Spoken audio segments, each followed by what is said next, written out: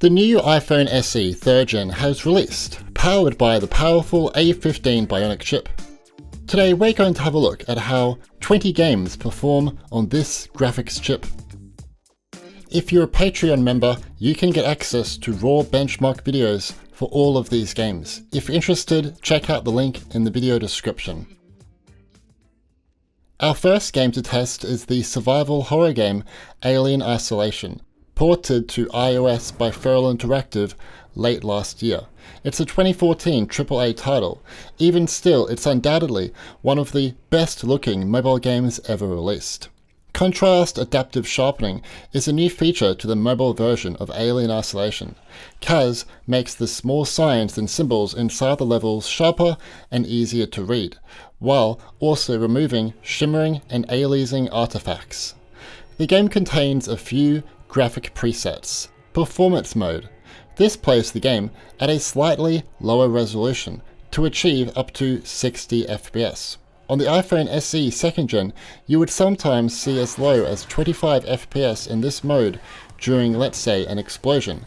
Here, in its worst state, it can go down to about 40 FPS.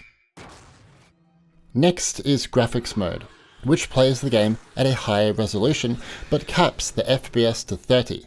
The only Apple device that can get a completely locked 30 FPS is the M1 iPad Pro. So it's not surprising for me that we're seeing below 30 FPS here. Alien Isolation on iOS is one of the few games to have controller rumble support as well, which is awesome.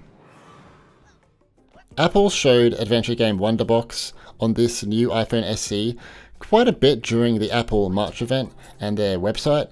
I can see why. It supports Unreal Engine 4, and while it features cartoony graphics, it has some insanely detailed 3D worlds. Wonderbox supports 60 FPS by default, under the performance mode, high quality. Yes, it sometimes drops to the low 40s, for just a few seconds, but it's not bad. The developer Aquarius, if that's how you say their name, have done a terrific job optimizing the game for this device. Apex Legends Mobile is definitely not easy to play on this 4.7-inch display. The game's overwhelming touch UI and no controller support doesn't help either. Apex Legends Mobile is out in beta for select places, with the worldwide release coming in a few months. Anyway, on this device, the recommended settings by EA are a balanced image quality and a frame rate control of high, which allows up to 40 FPS. Weirdly, I could not even get above 35 FPS in this state. I then changed the FPS control to Ultra, which provides up to 50 FPS. This actually improved the frame rate, bizarrely. If you don't mind your battery draining quickly, you can choose an image quality of Extreme HD and still play at an FPS mode of Ultra. The visuals do look a little sharper in this state, and there is not a massive impact on performance, so it's up to you if you want to go there. Respawn are yet to add the extremely high FPS mode, which provides up to 60 FPS gameplay and original image quality for native resolution support. Both these functions are available on the iPhone SE 2nd Gen, so players will just have to wait until Respawn add them to this new device. Some of you may be interested to know how this device goes for some light, casual gaming. The short answer: it's great. I mean, the last iPhone SE was fine too. But let's have a look. First, let's look at a 3D example. Crash Bandicoot on the Run is my favorite casual mobile game right now. It's an endless runner, and many of them suck these days, like, oh my god, they're awful. But if one should be good in 2022, it has to be a Crash Bandicoot game. And it's pretty good. Obviously, 2D indie games are no sweat for the A15 Bionic.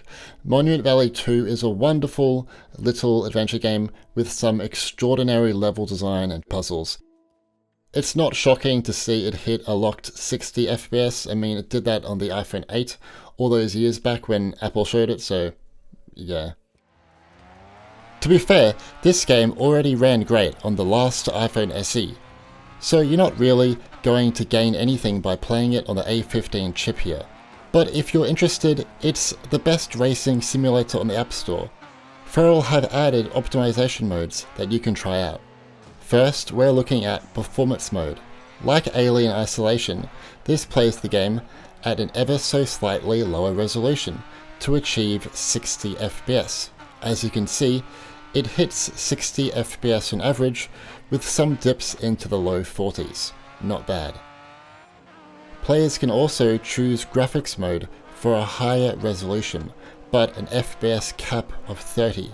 The FPS doesn't drop below 30 very often in this state, but the frame pacing isn't as good.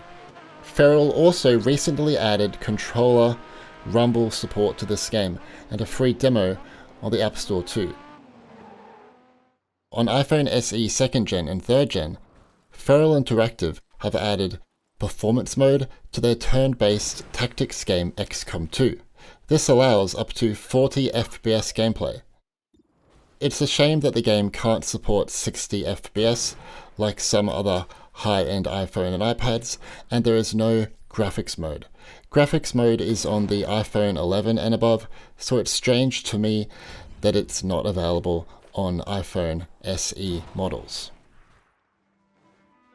I'm actually super surprised by how well this game runs on this low-end A15 Bionic chip, because it's known to have terrible performance on more high-end devices. There are some things to consider though. First, if you initially launch Genshin Impact and choose to play at the highest settings with 60 FPS enabled, it will actually provide 60 FPS on average, with some little dips here and there. But it will go downhill after just a few minutes. It's known to do this. The footage you're seeing here is after about 45 minutes of gameplay. I just walked around the world and attacked some enemies. It was really quite boring. I wish I did some of the story, but that's besides the point. As you can see, the FPS will drop into the low 30s. Here is what I suggest. If 60 FPS is a must for you in Genshin Impact, play at medium settings. It will provide close to this FPS for long play sessions. Or, if nice graphics are a priority for you, play at high settings, with the FPS set to 30 and motion blur turned off. This will allow the game to use considerably less resources and will result in a steadier FPS and frame pacing. You can't deny, Sky Children of the Light is a beautiful looking adventure game with console quality graphics. It has huge and gorgeous open world locations that you can explore, and it also has impressive special effects that are derived from their prior game Journey, which I love. Sky contains a few graphic modes, but there are two really important ones that I want to show. First is High Performance mode for 60 FPS gameplay. Compared to the A15 Bionic on the iPhone 13 Pro and iPad mini 6, you will see some dips in the frame rate to the low 40s at times, but it's not noticeable to the naked eye. High Def mode provides near native resolution support, but caps the FPS to 30. COD Mobile is a fun shooter, and in many ways I like it more than the recent PC and console versions. It has more content, and really classic gameplay. My main gripe with this game, and many will disagree with me, is that its visuals are way overhyped.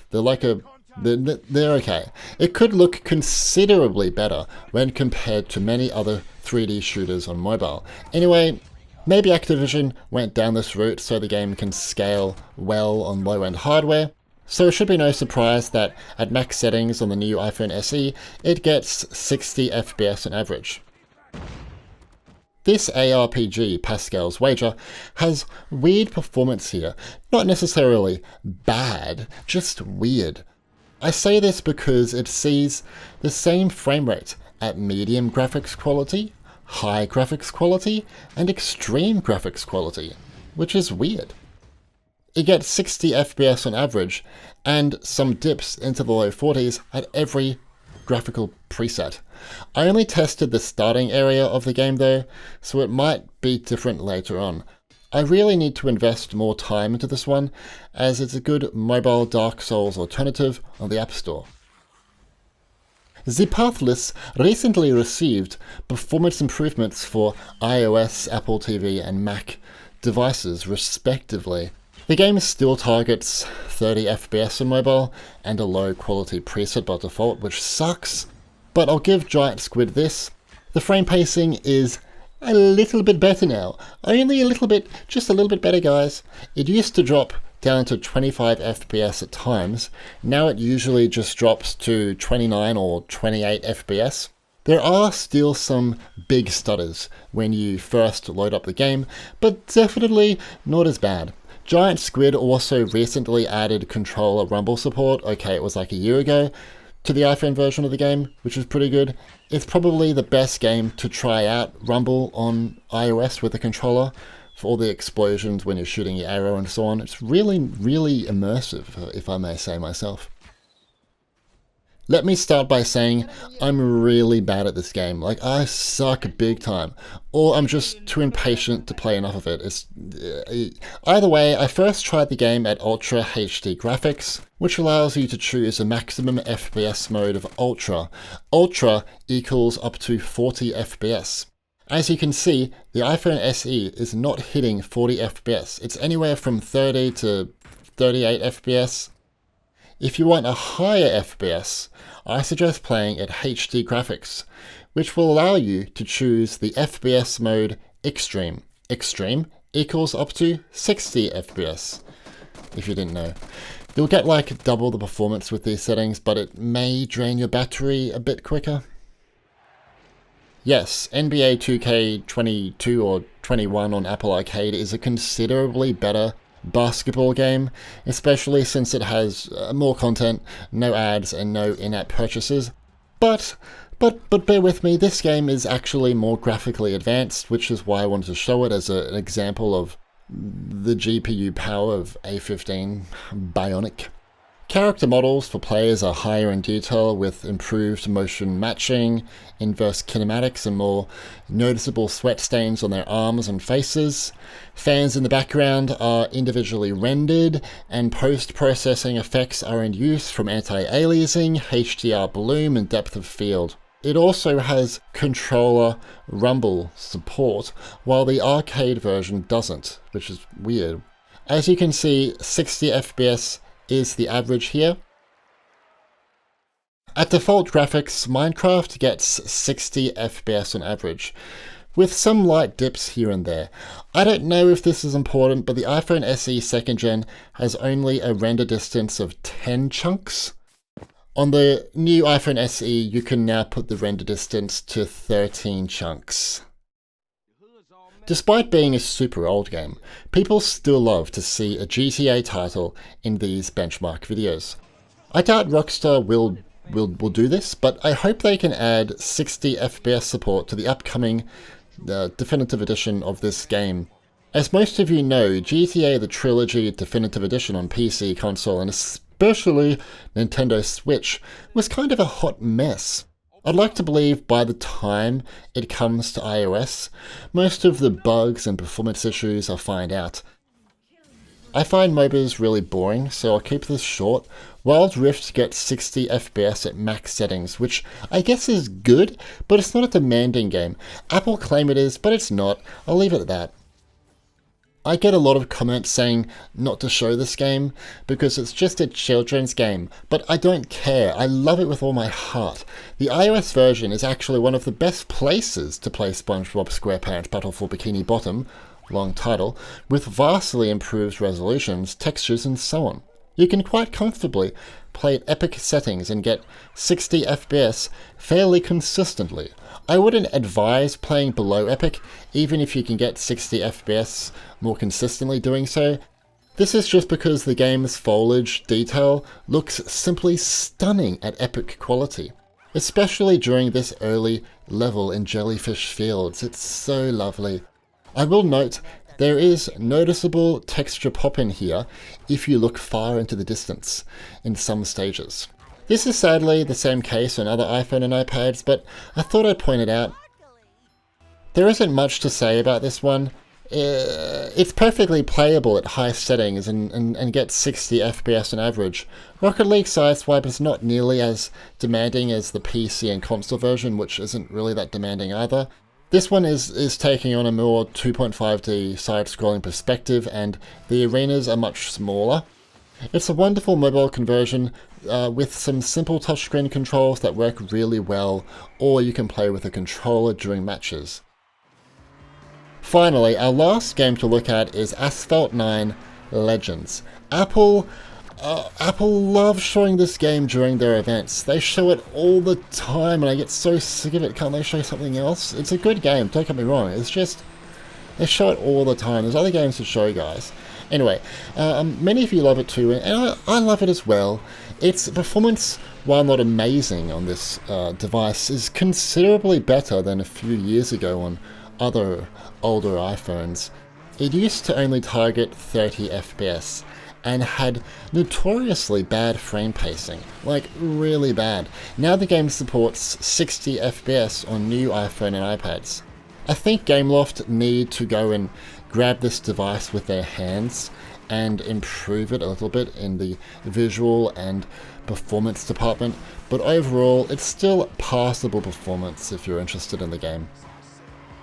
So, what do you think of the gaming performance offered by the new iPhone SE 3rd Gen? In my opinion, it's not bad for a low-end A15 GPU. A budget phone that delivers very similar performance to the iPhone 13 range and iPad mini 6, which is crazy to think about. For me, the 4.7-inch display and low resolution is hard to deal with, if I'm honest with you, coming from an iPhone 13 Pro. Some 3D games that have heaps of unnecessary on-screen buttons too and no controller support are just quite difficult to play on this small iPhone. That being said, if you're looking for a budget iPhone that can play games well and you can put up with the small screen, this is for you. Chuck on a gaming controller and you're all set too. Anyway, leave a like if this video was helpful and subscribe and turn on notifications because in a few days I'll be posting a similar gaming video for the new iPad Air 5th Gen, powered by the Apple M1 chip. My name is Stewie and thanks for watching.